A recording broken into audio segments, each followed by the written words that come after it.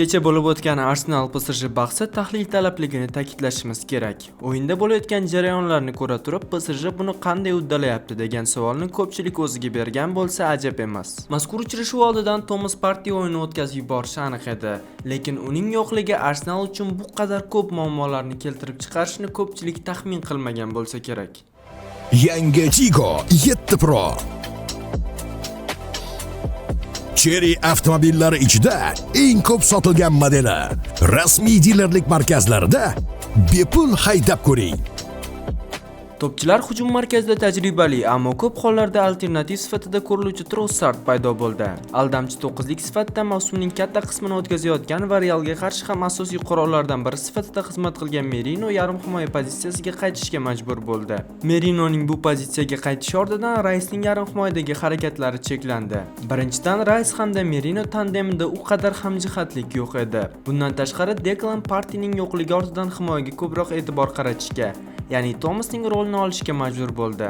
Va Raisning tandemi hisoblangan Merinoning u qadar tez emasligi sababli yarim himoyada muammolar kelib chiqdi. Bundan tashqari, rollarni tushunmaslik holati ham ko'p sodir bo'ldi. Birinchi gol urilgan epizodda Declan Rice zarba pozitsiyasiga chiqib borayotgan Dembeleni yopish o'rniga qanotdagi Kvaratskhelia tomon oshiqdi. Buning oqibatida Usmon zarba berish uchun qulay pozitsiyaga chiqdi va gol urdi. Qarangki, jamoasi tarkibida SofaScore talqiniga ko'ra eng yuqori ballni olgan Rice bu uchrashuvda ko'plab epizodlarda xatoga yo'l qo'ydi. Rice katta bo'shliqqa ega bo'lib turgan Edgarga pas bermadi. Declan katta bosim ostida qanotga o'tib oldi. Mazkur epizodda esa hal qiluvchi uzatmani berish o'rniga bosim ostida sherigiga noqulay pas berdi. Bu epizodda esa Rice o'ng tomonga qaragani yo'q. U yerda ikki nafar sherigi ko'proq bo'shliqqa ega edi. Va u to'pni Trossardga uzatdi. Bu yerda belgiyalik parijliklarning bosim ostida qolib ketdi. Biz Ricening mahoratiga shubha qilmoqchi emasmiz.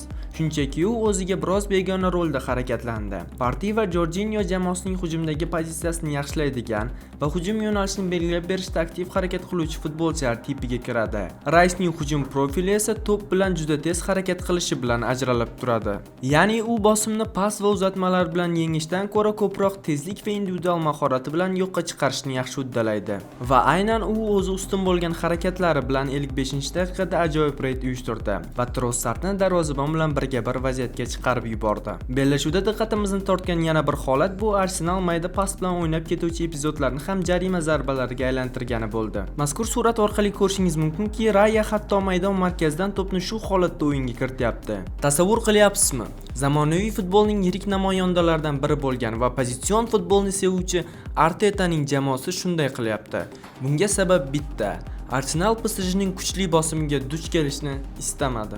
Bundan tashqari ehtimoliy qarshi hujumlar vujudga kelmasligi sababi ham shunday qilishga majbur bo'ldi. PSJning pressingda bu qadar kuchli harakat qilishda asosiy omillardan biri va uchrashuv avvalida Parij klubining katta tashabbus bilan o'yinni o'tkazishda asosiy qurol Dembele bo'lib berdi. Aldamchi 9lik pozitsiyasiga ko'nikkan Dembele mazkur uchrashuvda to'p bilan ba'zan maydon markazida, ba'zan o'ng qanotda va ba'zan chap qanotda paydo bo'ldi. Pozitsion hujumlarni boshlanishda Rayadan keyingi fazda bo'lgan Salibaga doimiy bosim uyushtirdi.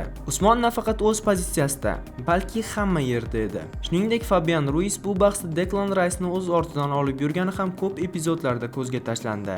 Agar u Rice'ni o'z ortidan ergashtirmaganida hujumga o'tish zonasi yopilib qolardi. Xullas, uchrashuv avvalida Arsenal bu holatga tayyor emasdi. Biroq Arsenal asta-sekinlik bilan bunga moslashdi va tashabbus to'pchilar tomonga o'tdi. Luis Enrique bunday holatda Arsenal hujumda o'ta xavfli ekanligini bilardi. Shu tufayli Arsenalni himoyaga yaqinlashtirish o'rniga ularni maydon markazi va ba'zan undan ham oldinroqda to'xtatishga harakat qildi. Fransiya chempionatini yutib bo'lgan, o'yinlarga dam olgan holda bemalol kelishi mumkin bo'lgan PSG futbolchilarda charchoq alomatlari umuman sezilgani yo'q. Ular 90 daqiqa pressing qilishdi. Bundan tashqari Parij klubida resurslar borasida ham muammo yo'q. Ya'ni hujum tezligini xuddi o'sha holatda saqlab qoluvchi Barkalya va Ramos o'yinga qo'shildi. Bu ikki futbolchining maydonga tushishi erta pressingni o'z o'rnida davom ettirish uchun muhim detal sifatida rol o'ynadi. Arsenal 0-1 hisobida Emiratesda yutqazayotgandi. Ularda hisobni tenglashtirish uchun vaqt ko'p edi. Biroq uchrashuvning so'nggi 20 daqiqasida ular deyarli xavfli vaziyatlar yarata olmadi. Yaratmadi emas, buning uddasidan chiqa olmadi.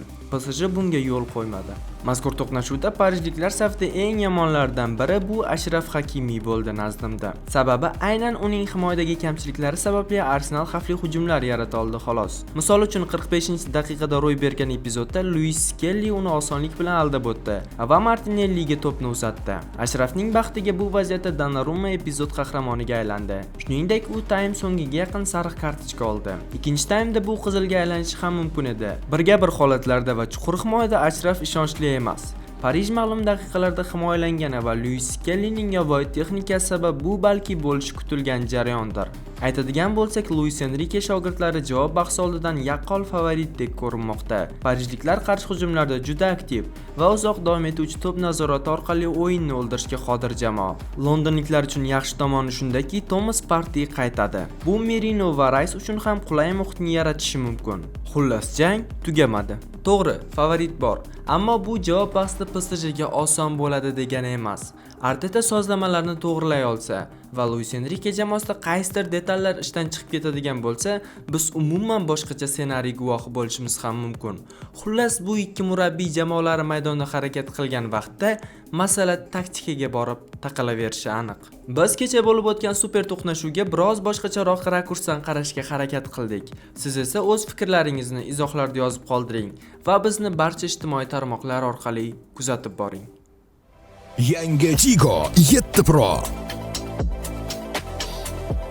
Cherry avtomobillari ichida eng ko'p sotilgan modeli. Rasmiy dilerlik markazlarida bepul haydab ko'ring.